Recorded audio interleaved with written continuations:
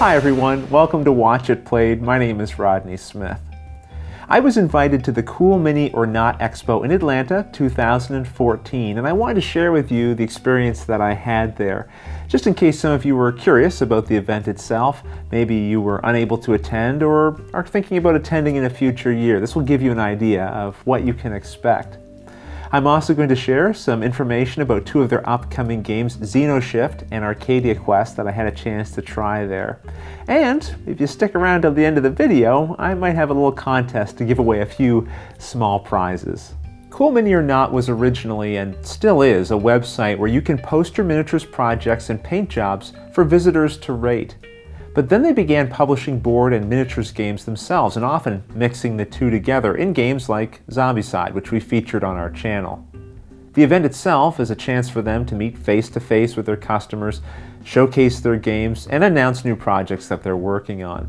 But it's also about gaming in general. Demos ran for games like Malifaux and other miniature systems, and there was also a gaming library for you to come and play games from other publishers. It was not a packed event, and Cool Mini plans to keep it as a smaller, more intimate experience, capping attendee limits to ensure that if you come, you can get to talk to the people you wish to see and play the games that you want to try out. Tom Vassell from the Dice Tower was there as well, and one of the first games we had a chance to try out was their upcoming Xenoshyft. At the time of this recording, they are still prepping it for its release on Kickstarter, but the prototype version we were playing was a long ways along. The game is a 1 to 4 player cooperative deck builder. Now as players, you aren't really trying to conquer the enemy so much as outlast it. And each player will control an arm of the Nortec military, which provides you with a special power and guides your deck building a little bit. I played often as the science lab, building bombs to throw at our enemies, or when things got desperate, I just strapped them to our soldiers.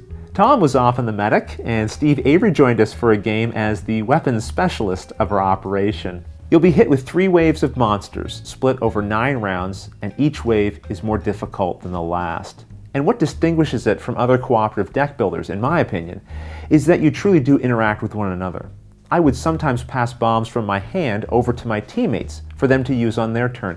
Tom would use med packs to heal my soldiers, and Steven would be buying weapons at a discount to pass along when our troops needed them. And when you receive a card from an ally, that then becomes a part of your deck moving forward. So not only is it cooperative in terms of your final objective, but also collaborative in terms of how your deck ends up being constructed. We lost both times we played, so the game provides a good challenge, but we did feel close to winning each time. So the game kept the tension there without feeling insurmountable. Aside from gaming, there were several panels held as well. Tom from the Dice Tower, Eileen and George from Toy Break, and myself from Watch It Played participated in a panel hosted by Spencer Reeve from Cool Mini or Not. We talked about the role of video media in our respective hobbies and took a couple questions from the audience as well. Tom and I both shot video of the panel. I shared my footage with him and he put it together into a very nice compilation of the whole thing. If you'd like to view it, I'll put a link in the description of this video. Along with gaming, there was of course lots of amazing painted miniatures to look at. They had painting competitions going on. You can also come and take lessons with professional painters, picking up tips and taking home a model with you that you had worked on. I don't know how anyone could look at these miniatures and not be impressed at the talent that goes behind putting all of this detail on such a small miniature. It really is incredible. They also had a very fun contest called Frankenfest. And this let people take a bunch of various leftover parts and cobble them together into unique and wild creations that then got judged.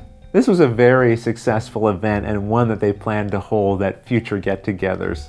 Later, Eric Lang, the designer of Arcadia Quest from Cool Mini or Not, took me, Tom, and Steve Avery on a romp through this upcoming game, and it was an absolute riot. I don't have any footage from that game specifically, but I know Cool Mini or Not took some, and when it's posted, I'll put a link to it in the description of this video. The game pits the players against each other and against the game itself.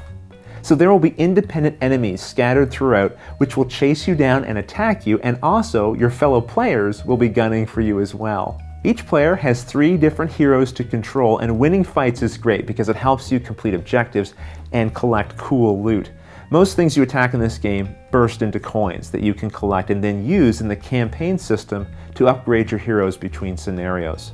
They already have additional expansions in the works, which include some of the models you're seeing here on the table. Earlier, Eric had also taken me and Tom through a 3-player game of Chaos Ball, where both of them literally destroyed my team.